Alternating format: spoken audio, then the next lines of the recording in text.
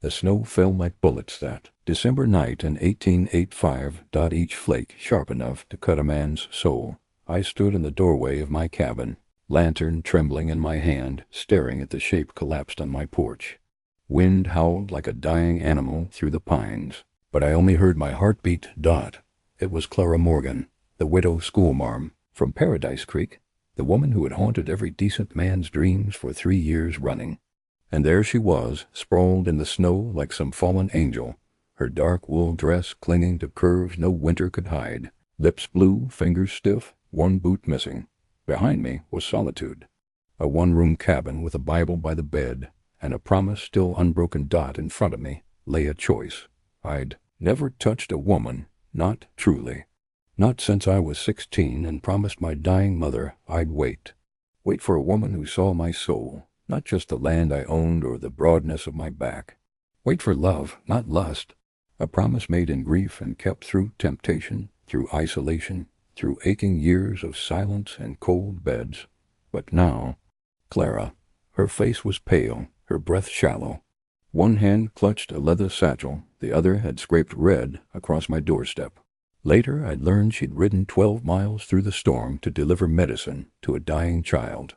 Her horse had collapsed miles back. She'd walked the last stretch. I dropped to my knees beside her, fingers already numb as I touched her cheek. "Clara?" I whispered, but she didn't stir. God forgive me, I didn't think. I lifted her into my arms. She weighed nothing but consequence. I kicked the door shut behind us with my heel, snow following us inside in angry gusts. The fire was low. I stoked it with shaking hands, laid her on my bed, stripped her boots and wet coat. Her lips parted with a sound, barely a moan. Her skin was icy. I draped my extra quilts over her and boiled water for tea, for anything. My hands never stopped moving. Wood to the fire, kettle on the hook, towel to her forehead. Only when her eyes fluttered open did I stop breathing. "Thomas." She rasped. She knew my name. My knees nearly buckled. "You're safe," I said, though I wasn't sure I believed it. For 3 days no one would come. The storm had made sure of that. And for 3 days, Clara Morgan, the woman I'd once built a porch swing just to watch walk by, would be in my home, in my bed, in my silence. The town would talk. They'd say I broke my vow.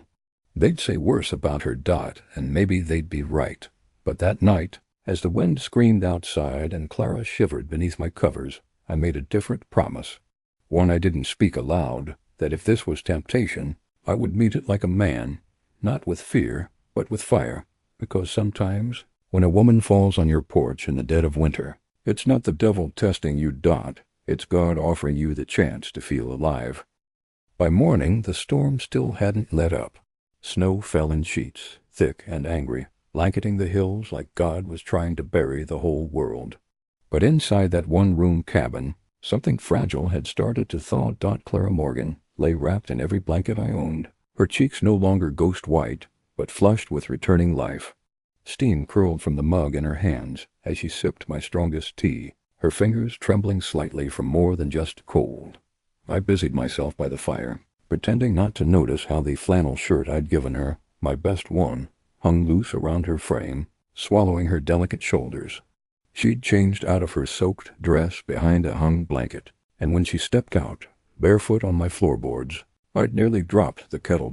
Not because of anything improper, but because that was the most beautiful thing I'd ever seen. A woman made of quiet grit, standing in a stranger's home like she didn't owe anyone shame. She caught me looking and held my gaze longer than she needed to. "So," she said, voice still hoarse but clear now, "is it true what they say about you?" My throat tightened. "What do they say?" Clara took a slow sip, her eyes not leaving mine. "That you're the virgin rancher? That you made some sacred vow to your May and haven't touched a woman since?" She said it soft. No mockery. Just curiosity. I nodded, heat rising to my face. "It's true." She looked down at the mug. "Why?" I turned to the fire, not because I didn't want to answer, but because the truth was too big to say looking straight at her. She died when I was 16. Fever took her in a day and a half. Just before she passed, she made me promise to wait, to not throw my heart or my body at any woman who'd just come for land or protection. She wanted me to give myself to someone who'd love me for more than the roof I built. Clara's voice was quiet behind me. That's a heavy promise. I kept it, I said. Maybe too long. A pause stretched between us. The fire popped. I lost my husband during the drought of '83, she said suddenly. He was a school teacher, gentle soul. Buried him with the good Bible and a pair of cracked spectacles. I didn't think I'd ever feel anything again. But last night, when you carried me inside, I felt seen, protected, and more alive than I've felt in years. I turned. She was watching me, eyes shining but unreadable. You think less of me now? She asked. No, I said, my voice steadier than I expected. I think I finally understand what my ma meant, and I did. Because I hadn't touched Clara, not in any way a preacher would frown at. But I'd felt more connected to her in that long silence by the fire than I'd felt to anyone in over a decade. She smiled then. A real one. Soft and quiet, but full of something ancient and warm. I won't cause you trouble, Thomas, she said. I can sleep on the floor tonight. I shook my head. You'll stay in the bed. I'll take the floor. And if the town wants to talk, let them. Let them freeze their tongues in the wind. That night, I laid awake on the floor, listening to the storm and the slow, steady sound of her breathing. Honor still mattered to me, but something else had crept in too, something that felt like hope. The next morning came slow and gray, as if the sun itself didn't dare challenge the storm. Snow had drifted up past the window frames, muting the world outside. I figured we were still a day away from any thaw, maybe two. Clara moved around the cabin with more strength, her cheeks pink from sleep, her hair tied back with a ribbon I hadn't seen before. She wore my flannel shirt like it belonged to her now, and I let myself believe that maybe it did. I was splitting firewood out back when I heard the hooves, 3 of them. I set the axe down and stepped into the snow, Winchester slung over my shoulder, more out of habit than threat.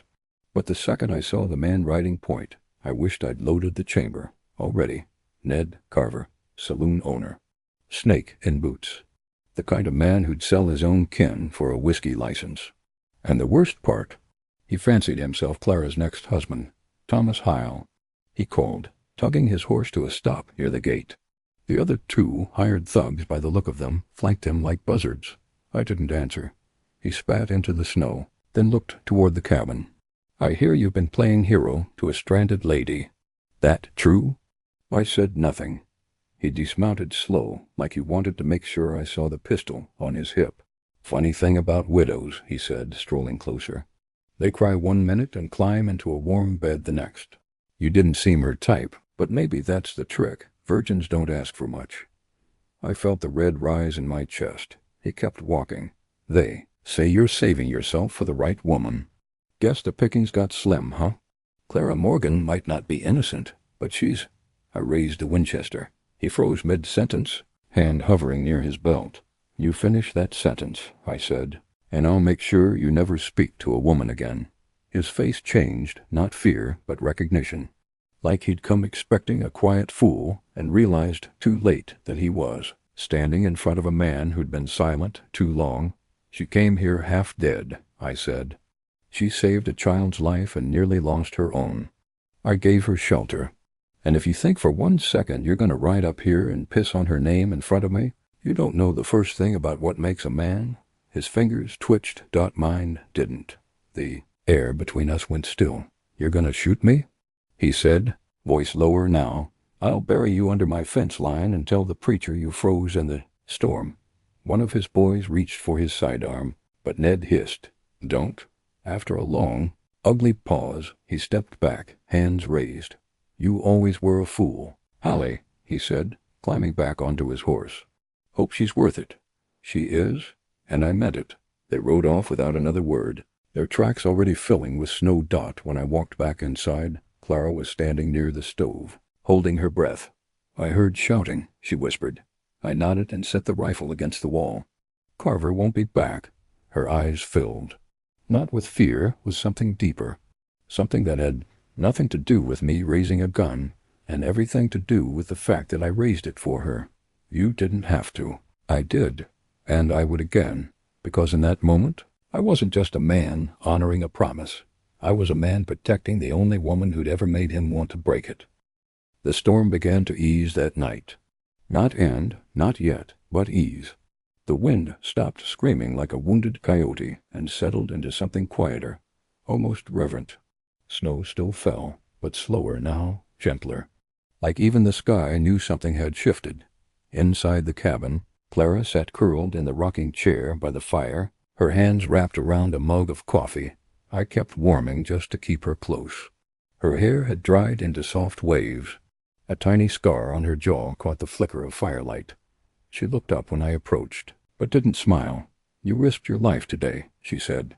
For mine, I sat on the edge of the bed, unsure what to do with my hands. "He insulted you. He did worse than that," she whispered.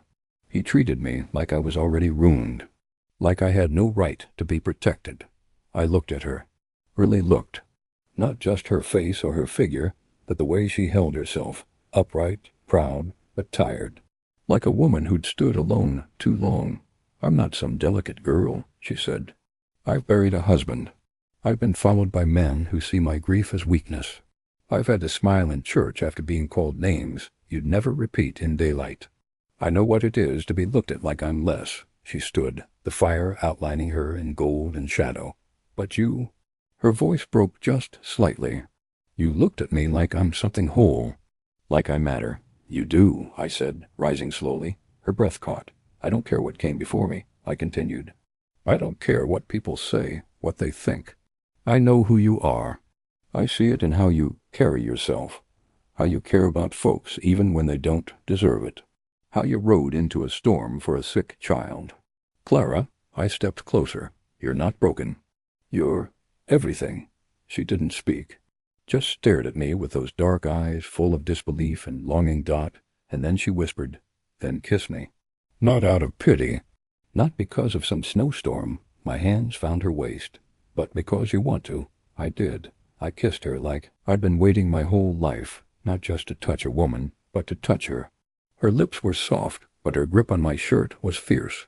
She pulled me closer, her body trembling against mine. Not from cold. From release. Years of silence cracked inside me. That kiss wasn't lust or hunger. It was surrender. When we pulled apart, she rested her forehead to mine. "I'm not the girl your mama imagined for you," she said, voice low. "I'm not pure or untouched." I cupped her cheek. "I don't want untouched. I want you." She laughed then, a shaky, almost tearful sound, and kissed me again, slower this time. The blizzard outside faded into nothing. We were the only two souls in the world. And for the first time in my life, I didn't feel like I was failing some ghost of a promise. I felt free. That night, the cabin didn't feel small. It felt infinite. The fire burned low, casting long shadows on the timber walls. Clara sat beside me on the bed, her hand resting gently on my chest, her eyes studying me like she was memorizing every line. I had never seen a woman look at me like that, like I was a man worth touching. She reached for my hand first. No sudden movement. No rush.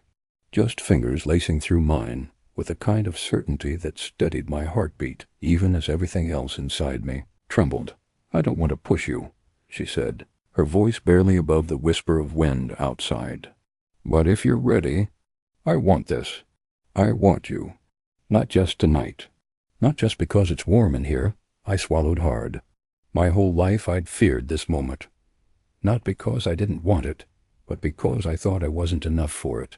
I thought desire was dangerous. That honoring my mother's final words meant denying the part of me that ached to be touched, held, known. But Clara didn't ask me to dishonor anything. She just asked me to be present. So I nodded. And she kissed me again, slow, deep, with a tenderness that made my chest ache. Her fingers worked the buttons on my shirt with care, like each one was a prayer she didn't want to rush. When her dress slid off her shoulders and landed on the floor in a soft heap, I couldn't breathe, not because I saw a naked woman for the first time, but because I saw her. All of her. The small scars, the curve of her hips, the strength in her softness. The stories written in her skin. Clara didn't hide anything from me. and I didn't flinch. She guided me, gently, reverently, through each step like a waltz only we could hear. I didn't feel clumsy or ashamed. I felt alive. Every breath, every shiver, every whispered word made me feel like I'd crossed some invisible line I didn't know I'd been pacing my whole life. I wasn't a boy holding on to a promise anymore. I was a man choosing something real. Afterward, we lay tangled together beneath the quilt, her head on my shoulder, her fingers tracing circles on my chest. I looked at the ceiling and thought of Ma. I thought of how she wanted me to wait for a woman who saw me fully, who loved me not for my land or name, but for my soul, and I realized something that made my eyes sting. That promise I'd carried like a burden. It wasn't about waiting, it was about choosing right, and I had. I love you, I whispered, not to fill the silence, but because it was the only thing I hadn't yet given her. Clara's breath hitched, and then she cried, not out of sadness, not even from joy, but from the deep, aching relief of being wanted, of being safe. I held her close, burying my face in her hair, the fire crackling in the corner, like it was blessing us. The blizzard was still out there, but in here, everything was warm. The storm had broken. Sunlight pushed through the frost-rimmed window like a miracle, spilling golden light across the rough planked floor. A few stubborn flakes still drifted down outside, but the worst had passed. I opened my eyes to the smell of coffee. Clara stood near the stove in my shirt again, barefoot, hair mussed, humming something under her breath that made the air feel sweeter. My bed was still warm behind me, tangled with quilts and the ghost of the night before. I propped myself on one elbow, watching her. I wasn't used to mornings with anyone but myself, and yet this felt natural. Easy. She turned. Our eyes met, and the moment froze. The humming stopped. She held my gaze for one long beat, then asked, almost too softly to hear, "Do you regret it?" My heart jolted. Her words weren't bitter. They weren't even afraid. They were something worse. Braced. Like she already knew what I might say. Like she'd lived that silence before, after other men, after other nights when passion was followed by distance. I stood slowly, not bothering to pull his shirt back on. I crossed the room and took the mug from her hands. "I regret one thing," I said. Her mouth pressed into a line, "that it took a blizzard to bring you to." The breath she let out sounded like a decade falling off her shoulders. "I don't care what the town says," I continued. "I don't care that I broke some promise I made when I didn't even know what love felt like. I know what I felt last night. I know what I feel now." Clara blinked fast, nodding, but didn't speak. So I went on. "You don't deserve to be a secret, and I won't make you one."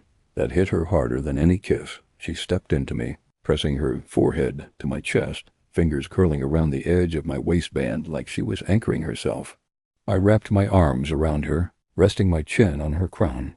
"No shame," she whispered. "No secrets." I answered. She pulled back just enough to look at me. "Then court me properly," I smiled.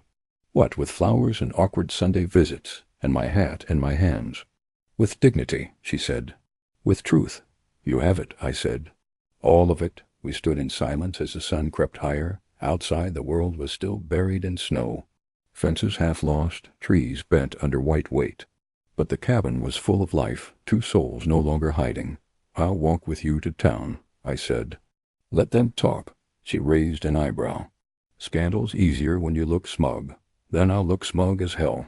Clara laughed, full-bodied, bright, and new. We dressed in silence, but not the awkward kind. The kind that builds something. She packed her things slowly, folding her dress, her gloves, her ribbon, but left the flannel shirt on. I didn't ask for it back, because it wasn't mine anymore. It was hers, like the bed, like the mornings, like whatever came next. We left just after noon, the world bright and blinding with snow, the kind that glitters like crushed diamonds and blinds a man if he stares too long. I hitched the mule to my sled and laid down a quilt for her to sit on. Clara tucked her dress beneath her knees, lips pink from cold, my flannel shirt peeking from beneath her coat. The ride to town was quiet, not from discomfort, but because words weren't needed. I'd spent so many years alone, I forgot what it felt like to share silence with someone who didn't fill it with questions, who just was. By the time the church bell rang across Paradise Creek, Folks had already gathered in front of the mercantile. Word of the storm, the medicine, the gunshots, it all moved faster than the wind. They saw us coming. Faces turned. Conversations stopped. A few whispered. Clara straightened beside me, lifting her chin the way she did when children talked too loud in her schoolhouse. Proud, unapologetic. I helped her down. We walked the boardwalk side by side, each step loud against the snow-packed wood. When someone said her name, I turned with a look that dared them to say more. They didn't. At the general store, she turned to me. You don't have to walk me all the way in. I know. Her hand lingered on my arm. You're not the same man who stood in that cabin 3 days ago. I know that, too. Then, without planning it, without the kind of speeches I'd rehearsed for years but never used, I dropped to one knee, right there in front of the barrels of flour and winter potatoes. Clara gasped. Folks turned. I reached into my coat and pulled out the ring, my mother's, gold band with a ruby so dark it looked like blood in the sun. I didn't just break a promise this week, I said. I rewrote it. I told her I'd wait for a woman worthy of my soul. And I think maybe that woman rode into a blizzard with a bottle of quinine and a lion's heart. Clara's eyes flooded. Her hand shook. So I'm asking, I said. Marry me. Not in secret. Not out of shame. But because this storm gave me the clearest truth I've ever known. I don't want to face another winter without you. She didn't speak. She just dropped to her knees in the snow in front of me, dress already damp, tears frozen on her lashes. Yes, she whispered. Yes, you stubborn, beautiful man. She kissed me in front of all of them, and I kissed her back. Someone started clapping. I heard Mrs. Weaver shout something about redemption and Mr. Coates mutter, well, I'll be damned. Let them say what they want. Let them carry stories back to their porches and stoves. I knew the truth. I wasn't a man of shame anymore. I was a man in love. June came fast to Paradise Creek. 1 minute the snow was shoulder deep, and the next, flowers bloomed along fence lines, and children ran barefoot through the churchyard. The land woke up. So did we. The wooden church had never looked so fine. Clara stood at the back in a simple white dress, with lace at the sleeves, a crown of wildflowers in her hair, and the kind of smile that made every woman in the pews press a hand to her heart. I waited at the altar, not nervously. Not the way I always imagined. Just steady. Hold. Pastor Wills cleared his throat. The congregation hushed, and the door creaked open. Sunlight spilled through like gold poured from heaven, and there she was, my schoolmarm, my blizzard angel, my bride. Clara walked slow, barefoot on the polished wood, eyes locked on mine. No veil.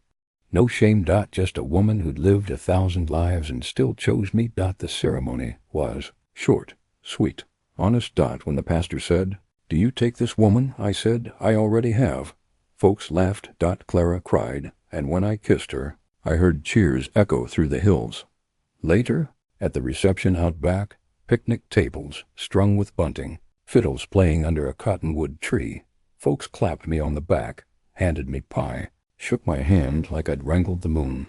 I watched Clara laugh with the children, cheeks flushed, holding her skirts as she danced. She looked younger. Freer. Ned Carver was gone. Sheriff said he left town in the middle of the night weeks ago, muttering about snow and fools and something sacred ruined. Good riddance. Clara never mentioned him again. We spent our wedding night in the same cabin where the storm first brought us together. She lit the lantern herself, placed it by the bed, and whispered, "This time, no blizzard. Just us." In the quiet that followed, I thought of my I didn't betray her. I honored her the best way I could, by waiting, by choosing, and by knowing when to finally let go of the chains that once protected me. Because not all chains are iron. Some are made of duty, and some of love. I'll weather anything with you, I told Clara. She smiled into my neck. Even sunshine? Especially that.